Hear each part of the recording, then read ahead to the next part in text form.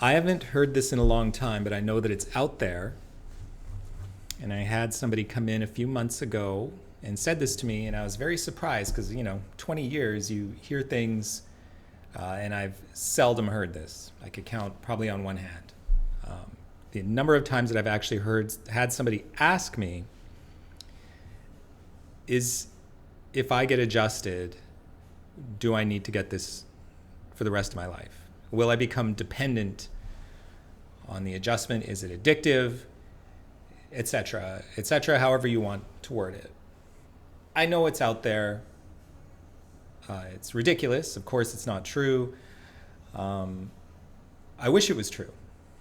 I wish adjusting you once would get you addicted because it's good for you and you would be taking care of your body. People get addicted to a lot of things, and I think it's almost rude to say that something like an adjustment is addicting.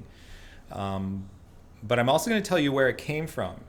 I'm going to give the devil his due because there are reasons that people think this.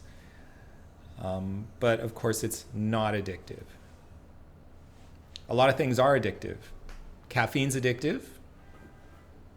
You'll get a headache. If you're addicted to caffeine, you'll get a headache. I need my coffee. You need that. Sugar's addictive. People line up for Tim Hortons and ice cream and stuff like that because it's addictive. Getting an adjustment isn't. So this patient, she was pregnant, was having a lot of difficulty with back pain and headaches, and she's very worried. And she said, if I get adjusted, am I going to need this am I going to need it forever? And my answer was simple. I didn't go into a big explanation like I am right now. I just said, you already need it. You're here, right? And she's like, yeah, I already need it. And she ended up being very happy because of how much better she felt over the next few weeks. And, she brought her baby in once she had her baby. And so it was very much a nice outcome. And it's not something that I hear very often. But I'm going to talk about the two reasons. There are two sort of main reasons why people believe this and why this myth actually got spread around. The first one is when people crack their own neck. They usually have to keep doing it. It feels better for a bit and then it comes back. The next reason is actually with people who actually go to see a chiropractor and it only feels better temporarily. So there are two reasons why people believe this. So it's quite understandable that you're not crazy for thinking that it's addictive or that you need it for the rest of your life. Okay, but I'm just going to talk about these two things because the first one, when you're cracking your own neck, it'll feel better 15 minutes and then you have to do it again. That's because you don't know what you're doing. It's not the same. It's a completely different thing. I can't even do that with my own neck properly. I have to go to a chiropractor to adjust my own neck. If you crack your own neck, it may feel good for 10 minutes, and then you got to do it again. Some people might get a little bit better result, but the truth is you can't do it. It's not physically possible to actually isolate the joints, to actually feel where the problem is, and to feel it in three-dimensionally in space, and then to actually provide the correct force to let it go. You just can't. It's not possible. So that's the first reason that myth is out there. The next one is more the chiropractor's fault in a way sometimes, and that's because if you've never been to a chiropractor before, when you initially go, you're probably going to need, it depends on different techniques, but depends what the goals of the chiropractor are. But if they want to correct the underlying issues and change your posture and really make everything normal again so that the problems don't come back, they're probably going to need to see you repeatedly. And it depends, but for the most part, 80% of us are going to need to see you repeatedly in order for you to achieve your goals. And sometimes when the chiropractor isn't explaining things properly, and I'm guilty of this. I was certainly when I started my career. I just say, when do you want to come back? Because I didn't want to pressure people. I didn't want to be that. I didn't want to be thought of as somebody who was trying to convince you to come in because you didn't want to. But most people do want results. They want to get better, and they want, So I eventually learned to communicate that properly, even though I'm not communicating it properly right now.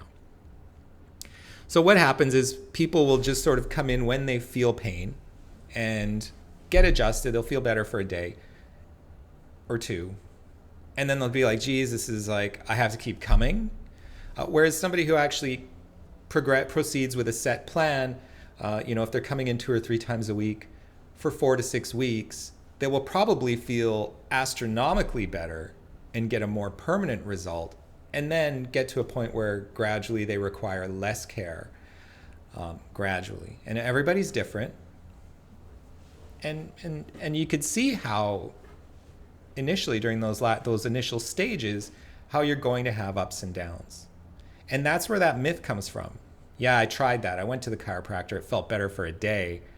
He didn't do anything. It came back. Yeah, well, that's the way the body works, for most people. And for some people initially, I have people from that time where I just saw them once and said, when do you want to come back? They say, I'll see how it goes. Okay. Because I know how it's going to go. They're going to come back. But a lot of people were like, I saw them 8 years later. They're like, I can't believe what a miracle that was. You completely fixed me. And I'll be like, okay. But I know there's underlying issues. I just didn't go through the effort of explaining it to them to prevent it from occurring. But typically what happens is those people come back 5 or 6 years later. The problem is harder to fix. They're wondering why now it's taking 10 visits instead of 1 or 2. We fix it that time, and then the same thing happens, and then we need 60 visits. You get my drift. 10 years later, because things have progressed, they're stiffer, they're older, and I didn't take the time to educate them. So it's partially my fault, or a chiropractor's fault, for not explaining things properly and giving people that option. They can do that if they want. Maybe you don't want to prevent a problem using chiropractic. Well, that's up to you. But oftentimes there are these misconceptions that occur because of all this. So, when I had my first adjustment, I remember what it was like because I was very skeptical, and I sat in my car afterward, and I remember sitting there and thinking, is this how I'm supposed to feel? I felt so much better after my first adjustment. I literally didn't even realize how much pain I was in that whole time. It didn't occur to me. I thought it was just normal. I didn't know anything different. And I think the kind of analogy, I couldn't wait to go back. And the sort of analogy for me is like when you go to first class. I've never been in first class in an airplane. But if you were in first class, it'd be hard to go back to coach. And maybe it's a little bit like that. Maybe in that way, it's kind of addicting because you realize I want a first class life. I'm never going back. I'm a lifer. I'm doing this forever. I'm going to do what they say. I'm going to have my spine checked because living with a spine that's crooked and stuck and where my nervous system's not working right is BS. And I don't want that. Okay. I don't want a bullshit life. I want to have a great life. I want to feel amazing. So I could see how in that way maybe it is quote unquote addicting. In the same way, once you exercise and you're in great shape, do you want to go back? And that requires maintenance. Or if you have rotten teeth and you get them fixed, do you want to go back to having crappy teeth? No. Your dentist is going to say, okay, you need to come in every 6 months. And I'm going to tell them I don't want to come every 6 months. I want to come every 3 months. And they'll say, okay. clean my teeth, make sure that nothing's wrong, right? So we've become adjusted to the idea that we need to go to the dentist to maintain our teeth. We need to brush and floss. If we don't, there are consequences. And it's the same thing with taking care of your spine. You can do yoga, you can, just the same way you can floss your teeth, but at some point you need things checked to see if everything's right, and that's what we're here for. And it's for as long as you want. It's not addictive. I wish it was. Okay, bye.